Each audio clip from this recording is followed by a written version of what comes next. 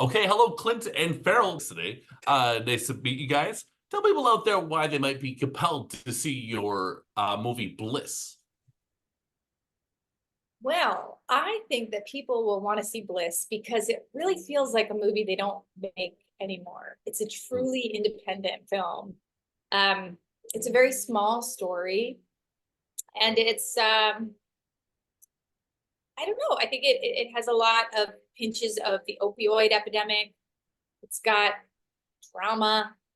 It's I don't know.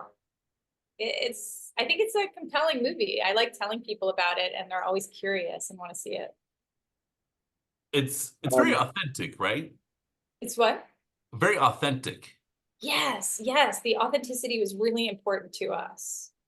yeah, I think they would see it because I think in this time of post COVID and during COVID, there was a real if you're really yearning for a movie about human connection, Mm. loneliness, and finding one's uh, reason to continue living. Which I mean, why would that be a reason to watch a movie to continue living? But I do think there's a place for these movies of of of longing and loneliness and connection. And I think that our movie is about that and was born out of our wanting to write something that was uh, necessary in the during the COVID times when we were all stuck on our computers and isolated and unable to really connect. We had masks on, we couldn't talk to other people. So we wanted something that was not full of time warps, and which is nothing wrong with those, and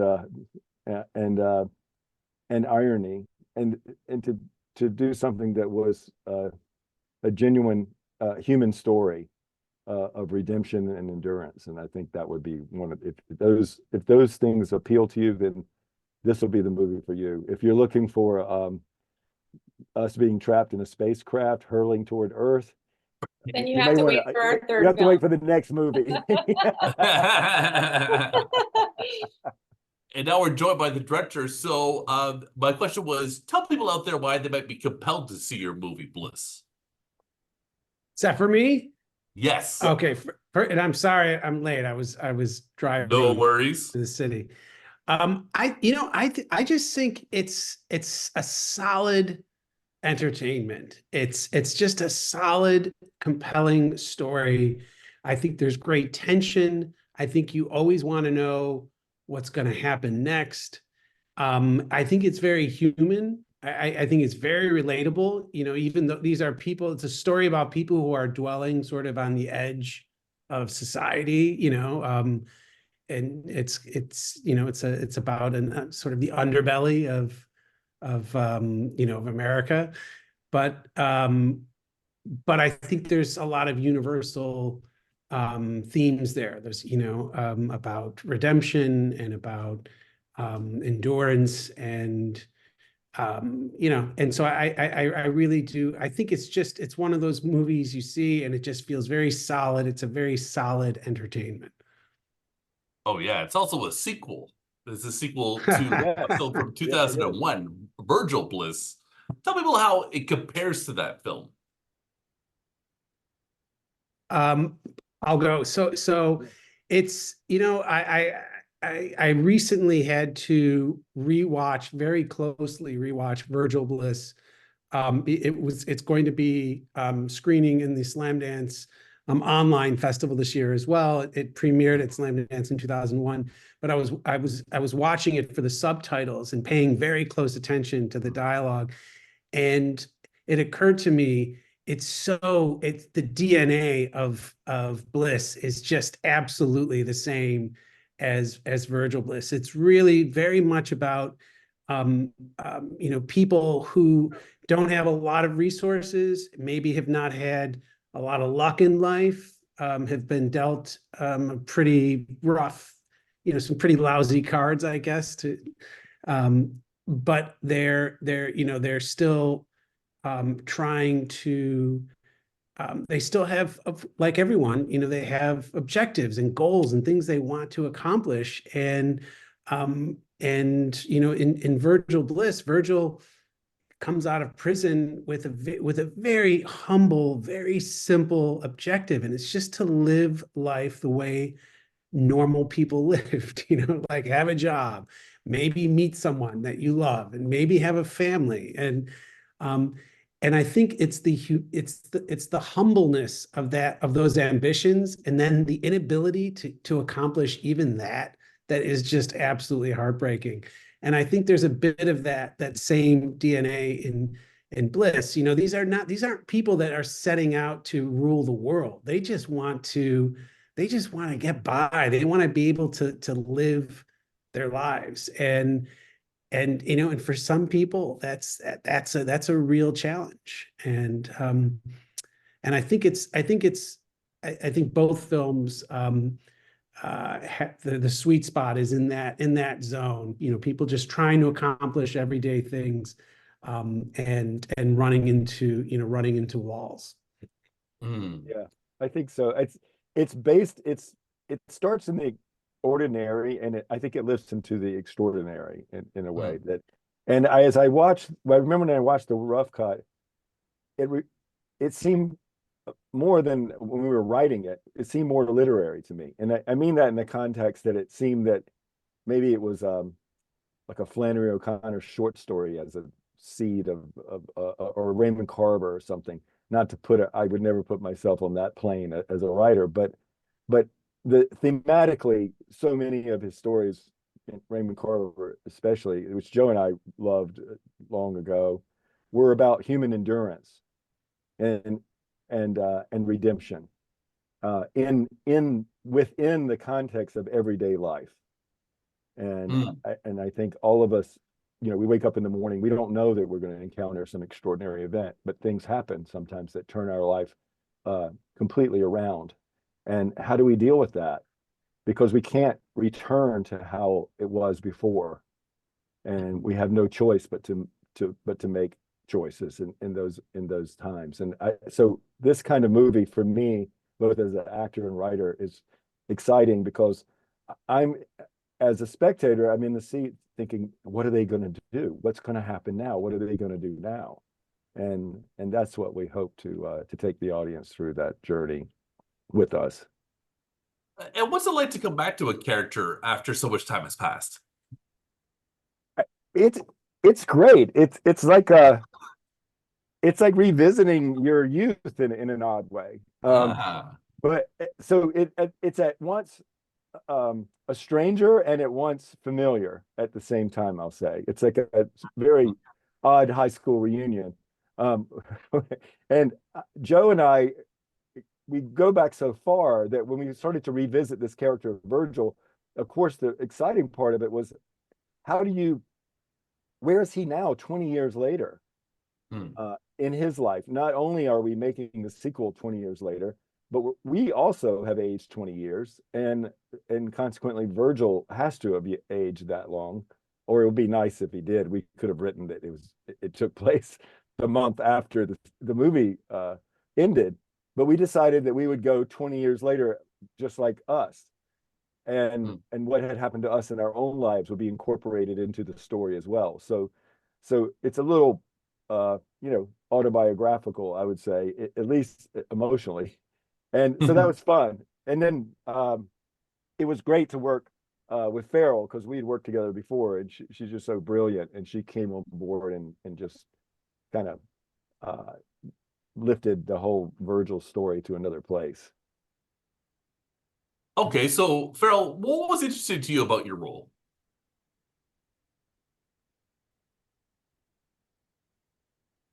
What was interesting about my role? Yeah. The interesting part for me was that,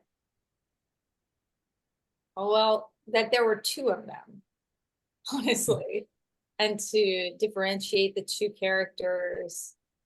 And what was interesting was trying to get Jo really grounded and sincere in her religious beliefs. And I don't know, searching for the authenticity of each character was interesting. I mean, you know, it's just Okay. okay. So this is the second film in a planned trilogy. Is there an estimated year we can expect the concluding film? I don't know. Yeah, I mean, it's in the works. So you know, so hopefully soon. I can't, but no, I can't. There's no definite um time frame for it. So, but it's in the works.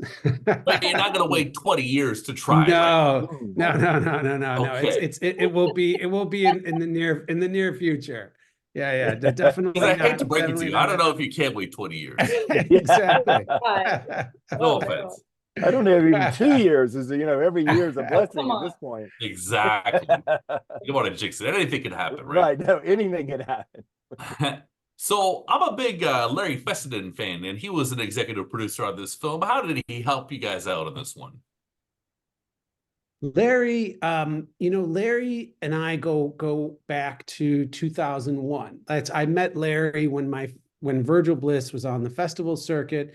I Hmm. was aware of Larry. He's kind of a man about town in New York. If you are involved in film, Oh, everyone knows Larry. But I didn't know him personally, and I met him when Virgil Bliss and his film Wendigo, where we traveled to a lot of the same festivals, and I became friends with him, and we've been very good friends ever since. Over the years, I made a film um, uh, with him, Bitter Feast, which was part of a 3-film deal that he had with MPI. That was in 2009, and then that was he was very involved. That was truly a Glass Eye, picks film. But Larry, executive produced everything really that I've been doing, oh, wow. and he does this. He's really, he really puts his money where his mouth is. Glass Eye Picks was always meant to be this place that just supported filmmakers, not just horror filmmakers, but just filmmakers in general. Larry, sometimes it's his expertise that he gives you, it's advice. I'm talking to him all the time. He's always advising me on, maybe what to do in terms of the business end or even creatively. He gives great notes. He's just a wonderful creative producer. He's a great director, but then he also financially, he kicks in money to a lot of Oh, wow. films, and so he kicked in money for this. He helped, he helped us with the script. He helped, watching rough cuts all along the way. We've run out of money, and Larry has come to the rescue. He's negotiated deals with people. He's got a great relationship with Red Hook Post, which is run by Tom Effinger. So which is a world-class post facility, and we were able to do all of our work there because Larry negotiated a great deal with him. And so that's really, it's really a very hands-on approach that Larry has, and that's how he worked with us on Bliss. It was all every level of production, from pre-production to production, post-production. He was there giving material support and moral support. So Damn, I guess he did a lot. So, yeah. are you guys excited to be included in the Slam Dance Film Festival this year? Very. Yeah, Yes, Yeah. very. Yeah. super. I love the symmetry of it. I mean, it's just kind of amazing that the Virgil Bliss premiered there, and then it's been 23 years, and now Bliss will premiere there, and it's such a great festival. It really is. I've always said it was the best festival experience I ever had. That in 2001, and Yeah, the same. caveat is it was my first festival, so of course it was just like, everything was heightened. But they really do, and in the same way what I was saying about Larry, he really, he the the Glass Eye motto, fiercely independent, Slam Dance, by filmmakers for filmmakers, they've maintained that throughout the course of 30 years, that they really, it's a reality. It's not just a slogan. And so we're thrilled to be there. Very cool. So I was thinking to myself, this would be like a great film to show a bunch of social workers. It's like it's not cool or seductive in any way. This is not a mafioso opera. This is sad and gross. And so tell me about taking that approach. Sad and gross. That was great. We're gonna put that pull quote on something. Do you guys want it, Faryl? You want to take the field there? What are Clint? things? What? Well, So- I think it challenges the audience. I think that we don't pander to the audience in the way that if we put a puppy in danger of being run over by a tractor trailer, everyone's going to have suspense. Of course, they will. This is different. This, in the grossness, if there is a grossness, it's in us identifying with those people as ourselves, and that might be a gross realization. Also, that, it goes hand in hand with authenticity, is something, gross and authentic, because that feels more real to at least me.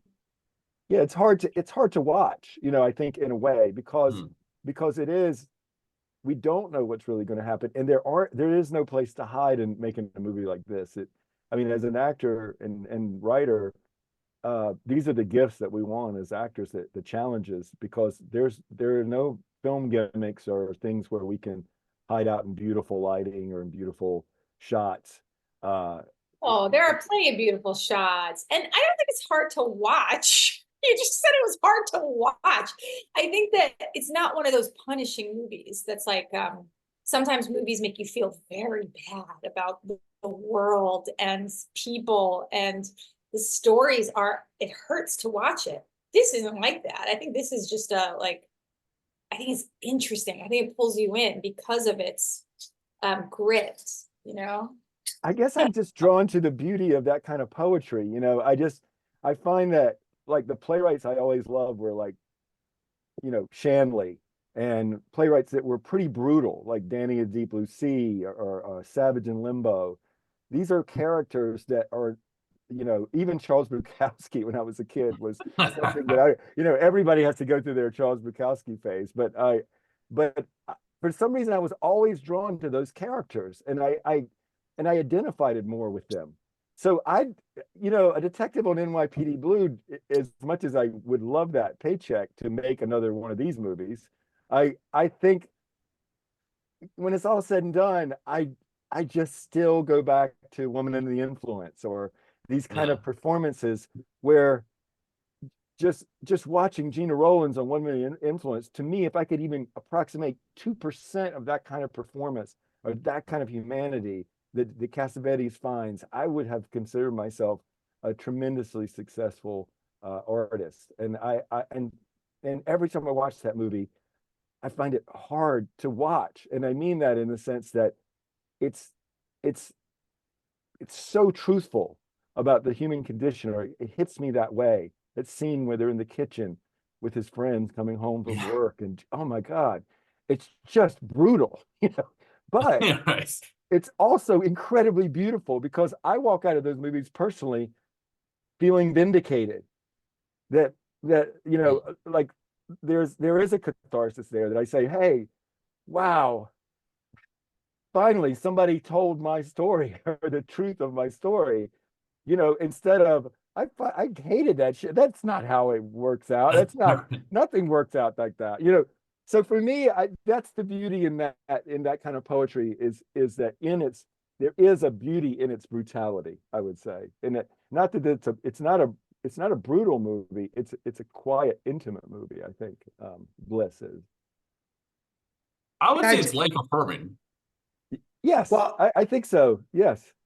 I just want to add that I feel like it's like I've showed it to I teach at Emerson College, and I've showed it to some of my students, some of my grad students, and a very common sort of response is that they're really surprised at critical moments that Mhm. that the story goes in the direction that it goes. And I think that the reason for that is that when we were writing this together, we were really, I think, diligent and careful about not using or not leaning on movie logic, having having a character make a choice because it's going to just push the story forward, and it will just keep us going. Like we really, I think we would very often we spent a lot of time wondering what do you do in this situation?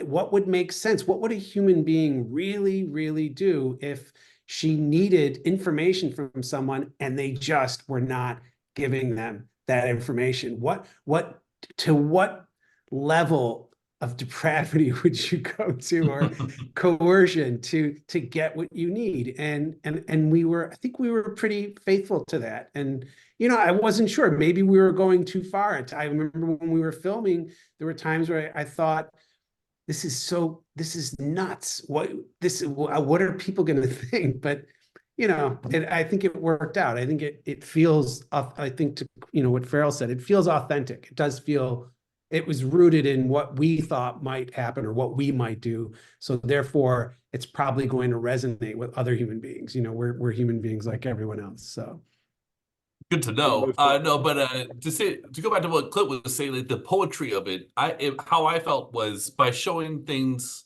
sort of exactly how they are without like, oh, I'm a tough guy, just to show like sort of the catatonic depressing angle of it.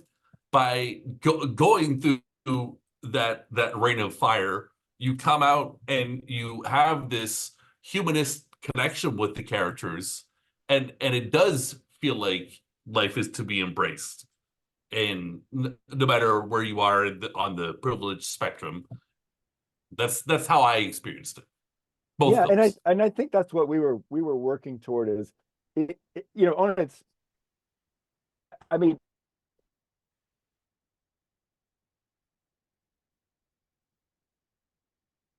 I don't know if you can still hear the audio, but my image was stuck. But sometimes we're in our orbit, right? We're in our dysfunction, whatever it is, for all of us. And we meet another person or something happens in our lives that throws us into a place that we don't know anymore what is going to happen or what we're going to do. And we connect with this person, and we don't know, we can't put into words what that connection is. Sometimes it's falling in love, sometimes it's being inspired, but it's life affirming and redemptive in some way. And in this, I think we took obviously a very poetic path to describing that. But in simple terms, it's how one person can change your life. And I think that both So of these true. characters change each other's life by the end of the movie. And that would be, if we were successful in that, I think as storytellers and artists, I would consider that a success. All right. And Clint, I just saw in your IMDb that you worked on GTA 5. What did you do on GTA 5? On which one? GTA 5. What is that? Grand Theft Auto 5? Oh, Grand Theft Auto. Oh, I did I did all these different voices. I went in, I didn't even know that's what it was. And they like, we need you to do all these different characters. So I did, I don't know, like 5 different characters on that as well. Okay, so like the people walking down the street sort of thing, the non-playable characters, that's you? Yeah, that's me. And Wow. then I did for Forbidden West, Okay. which was Nozar as commander on Nozar, that was really fun. Okay, cool. I had to sneak that in there. Yeah. Guys, thanks so much for your time. What do you have planned after this? I'm actually going on tour I do stand-up comedy as well. So Oh, in the damn. spring, yeah. And making Bliss 3. Okay. Yeah. I don't know what these Yeah. guys got going on. Same. That's all I think about. Okay. Well, Faryl, what do you got planned for the rest of the year? You're muted. Oh well. We can't hear you, Faryl. Yeah. Crap. It's okay. I said I have a film that's about to start its festival run, and then I have a second film that's about to start its festival run, and then I'm about to edit another film, and then I have a pilot I'm developing and 2 features that I'm developing. And so there's that. That's great. That's right. That's right. Looking for All right. something. Well, thank you so much for your time, guys. Have a Yeah, good one. thanks so much. Thank you.